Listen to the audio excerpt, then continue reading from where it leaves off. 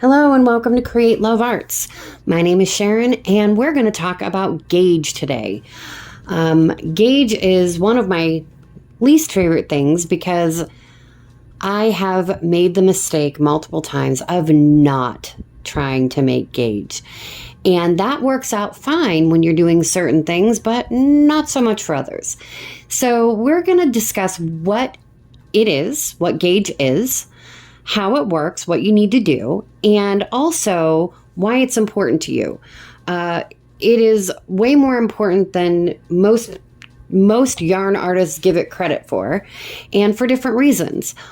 What gauge is, let's start with that, it's a small sample of the piece of work that you're trying to create. So say I am making a hat, okay, out of crochet, knit, Tunisian, it doesn't matter which yarn art you're talking about.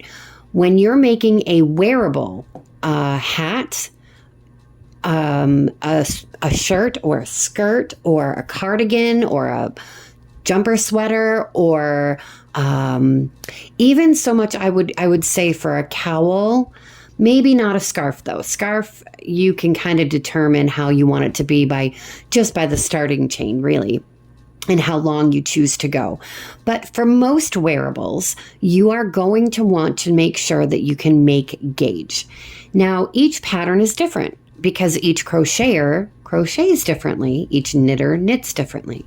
And so your tension will play a role. The hook size or needle size will also play a role, and so will your yarn size.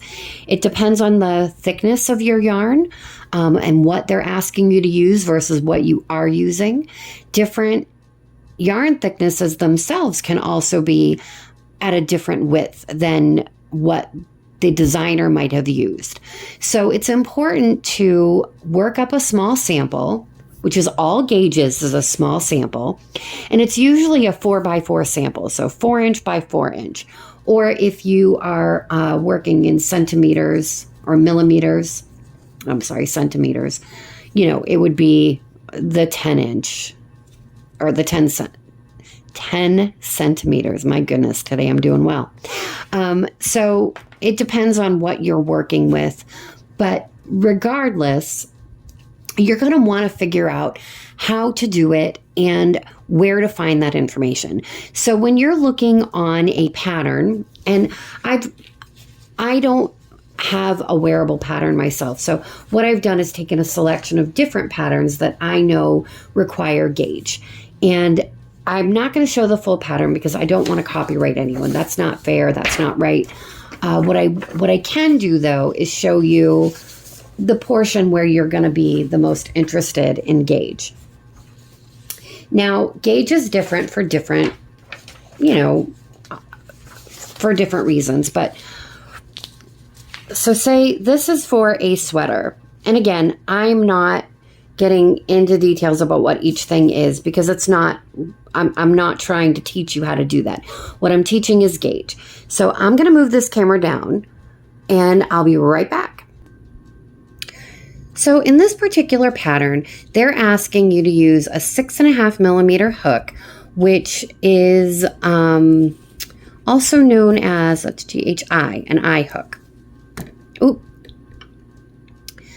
that's a 6 millimeter. 6.5 would be the bigger one. So this is going to work up pretty quickly. You're using a 4-weight yarn, and that particular brand has a pretty thick yarn. This is a 6.5 millimeter. You can see that hook size is pretty big comparatively. If I compare it to my H hook, which is the 5 millimeter, you're going to see quite a difference there in the hook itself. You see how that one's much smaller than this one. The opening here, or the circular part where it hooks. So this one is a pretty big project, and sweaters in particular, you really want to pay attention to gauge or it won't fit you. And gauge is determined by your tension and by your hook size. Now, with that said, you'll see on the pattern, you'll usually see it. If it's really important, they'll put it in bold letters or make it very visible Check your gauge. Use any size hook to obtain that gauge. And the reason that is because you don't want to get finished with it and realize that, oh my gosh, it doesn't fit me. And then if it's too big, then you're bummed out, and you can't always shrink it up. So you either have to give it away or remake it. Again, if it's too small, you can't make it bigger. You can block it a little bit and get it wet and post it to where you might be able to change the sizing a little bit, but not enough to make a big difference. So it's really important, if they tell you to check your gauge, you better check it. It is not a waste of yarn for two reasons. I always thought it was, and that's why I say that. I always thought, I just want to start the project. I really don't want to play around with this. The thing is, if you start a project and you don't check your gauge and you are using a lot more yarn than they're recommending, you won't know that until you run out. And if you're using a yarn that you only have a limited amount of, you're kind of in trouble for that project. You'll have to either rip it out or buy more yarn. And we can't always do that. Prices and things being the way they are, it is what it is sometimes. So gauge is important. In this particular one, they tell you exactly what to do. 15 half double crochet should equal 4 inches. You continue doing half double crochet, turning around over and over and over again for 10 rows. After that 10 rows, you should also equal 4 inches. But say you get to the end of that 15 and you only have 3.5 inches. How do you fix it? Well, that's where your hook size comes into play. If you're intent on using the yarn that you're using and you're not using the one they are, you're going to have to play around with your hooks. The easiest way to see that, first of all, is that first 4-inch row. So say I chain 4 inches and then do 15 half double crochets. That should equal me 4 inches. If it does not, then I know that my gauge is off immediately. It's unlikely that you're going to get to the 10 rows and have more of an issue than that first 15. But you can. So just pay attention to that first one first. And if you can meet that, then you might be good to go. Usually you are. However, if your gauge is off by 1/2 inch or by more than that, which is possible, if it's off by under the amount, you are going to go up a hook size. So say I crochet 15 half double crochets and it's only equaling 2.5 inches. Well, that's a problem because now I'm not meeting gauge. So the next thing I'm going to do is go up a hook size. Do it again, 15 half double with the new hook size. Measure it out. If it doesn't equal 4 inches, then I go up another 1/2 inch until I meet that 15 half double at 4 inches. And then again, you're going to do the same thing for 10 rows. So if I meet it this way, I should meet it this way. The first 15 is going to be across that you're measuring. And then the second for the 10 rows is going to be the height. So that's how you do it. And each pattern will ask for it differently. A hat would, this particular one is, it says right on it, let me adjust this, gauge is crucial. And again, that's how it works sometimes. Gauge is crucial. Very crucial on this one, apparently. So take the time to adjust as you need.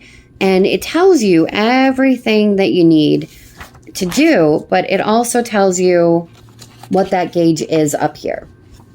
So for this one, it's 20 half doubles. 20 half double crochets. 4 inches and 10 rows. See, that's pretty standard, is 4 inches and 10 rows. You're going to see that a lot. But with that being said, you also need it for other things, like this particular one is a baby bib. You don't want to gift something for a baby shower or something else and not have gauge, because then it's not going to fit that baby. It'll fit maybe a toddler if that's what they need it for. It could fit, you know, a grown adult if you do it without making gauge. So gauge is terribly important. That's one of the reasons why in most kits you'll find one of these fabric measuring tapes. And these are actually perfect for measuring gauge. I just wanted to touch on this because it's important for a lot of different things. Say I'm making a cup koozie, whatever you want to call it, the mug hugs, the things that go around your cups. If they have a particular cup size shown, say it's an 8-ounce cup, and you're making it for a 10-ounce cup, it's not going to work because you don't have the right, you know, circumference on that. So making gauge will help you see the detail of what's going on. I think I covered why it's important, what you need to do with it. Let's just cover one of the ways that you can obtain it. So say I am using a 3-weight yarn. Now, I'm going to have a different gauge for each one of these different size yarns. Every one of those is going to give me a different gauge count.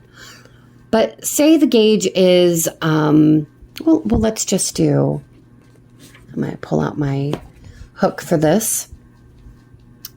Actually, I'm going to pull out a 4. What does this one call for? This one calls for a 4 millimeter. So I'm going to pull out my 4. And I'm going to crochet myself to 4 inches just in the chain, okay? I'm just going to chain up until I hit 4 inches. Now that's not going to give me my exact gauge until I specifically do a stitch in this chain. I'm not going to get the actual gauge measurement, but I'm going to get an estimate here. So yeah, I got a little ways to go here. So I get myself to the 4 inches. My goodness, my measuring skills on the eyeball are bad. Good thing I have my tape. All right, so there's my 4 inches. And let's see how many chains that is. That's 2, 4, 6, 8, 10, 12, 14, 16, 17, which works out pretty well. I'm going to do, I'm going to go to 18, 19. I'm doing 19 because I'll do a single crochet row. All right. So I'm going to skip that first chain and I'm going to go into the back of the bump because that's how I prefer to do it. You do not have to do it my way. And I'm just going to single crochet across this row. Now, if I'm not at 4 inches at the end of this, we'll know right away. And that's what I mean by saying that first, the width of it is the most important measurement. It'll tell you quickly. If you don't have the width correct, don't even bother with the length. That's how you save time doing a gauge swatch. Also, if you're working in a particular pattern and they have multiple stitch patterns throughout, like say they have a row of single crochet, then the next row is double and then half double and then back to single, or specialty stitches in between, they're going to ask you not to crochet your gauge in just single crochet or double crochet or half double. They're going to have you do it in pattern. So you're going to have to look at the pattern and go from the first row to the 10th, and however many rows that takes. So, or however many different stitch combinations that takes, and then measure. So there's that too. And that's why the height is important. That 10 inch or that 10 row 4 inches is also important for that very reason. But we're not going to go too crazy into this. I just want to give you a quick example. And then show you how to fix things if they go wrong, because they certainly do, especially if you change yarn or your tension's different than theirs. So there's a single crochet row, and I did 19 stitches, which gives me actually 18 full stitches. I did 19, and I'm a little over here. I'm just a little bit over 4 inches. It's hard to hold it there sometimes. That would be okay. I mean, that little tiny bit over at the edge here. Let me see if I can't straighten it out. There I am. There I am on the edge. I'm just a little tiny bit over there. So that's fine. That'll be perfectly fine. Say I'm way over there. I'm going to need to drop a hook size. Say I'm coming up way under there. I'm going to need to go up a hook size. So instead of a 4 millimeter, I'm going to a 4.5 millimeter. But that's how you tell. And then you're just going to do 10 rows.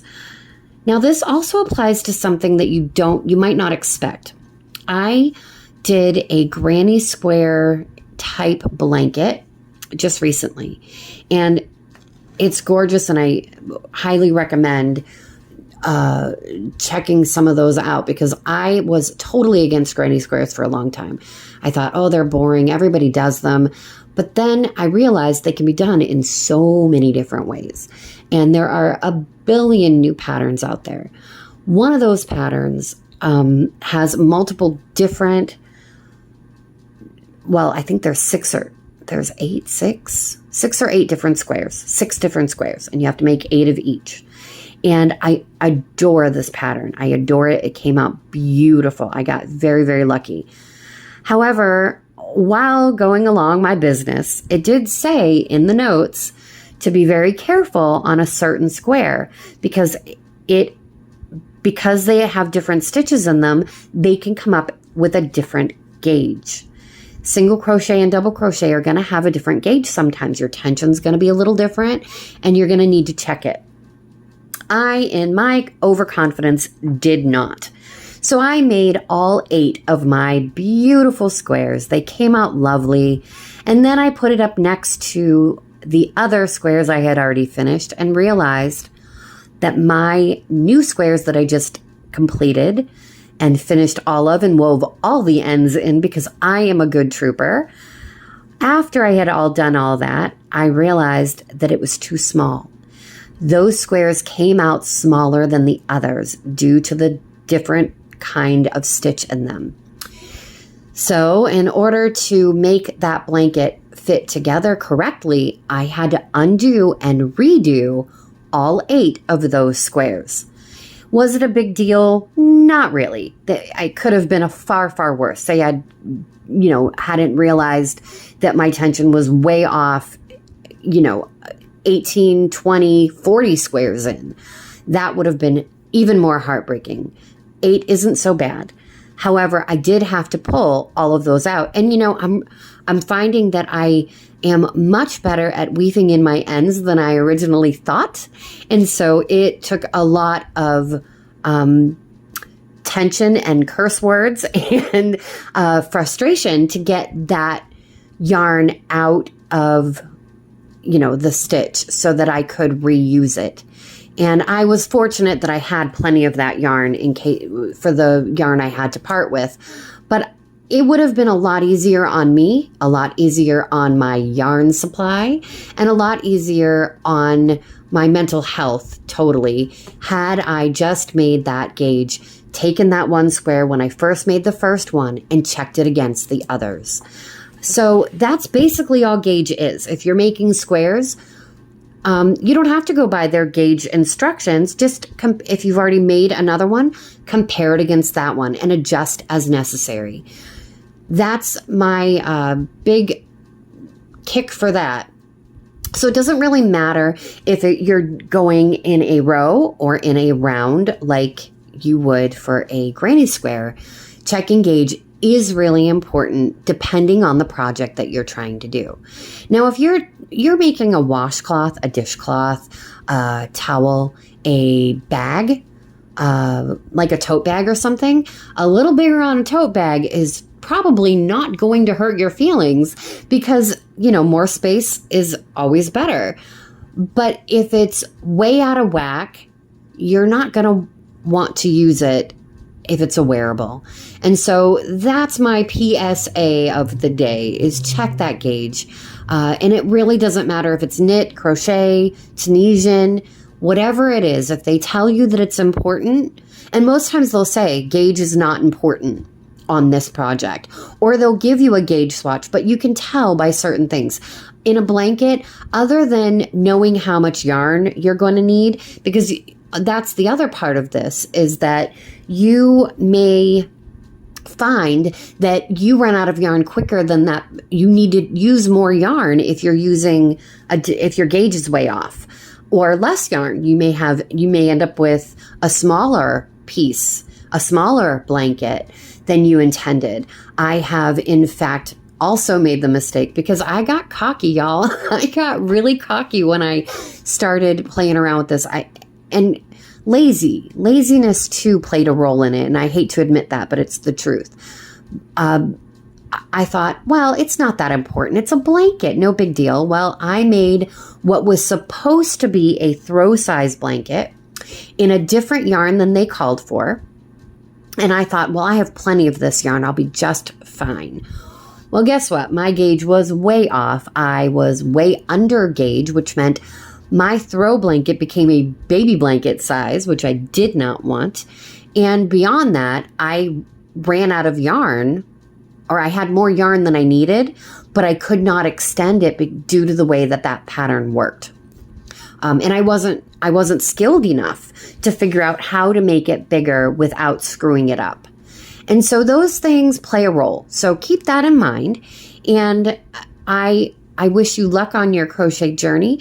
Please tune in for all my beginning crochet series, and like, subscribe, do all the things. I'm on all the social medias. I try to post when I can. I do have a full family, and I don't get paid for this, so I'm not exactly, rushing to the computer every day to post. And for that, I do apologize. But eventually, maybe this will become something a bit more for me, and I will devote a little bit more time and attention to it.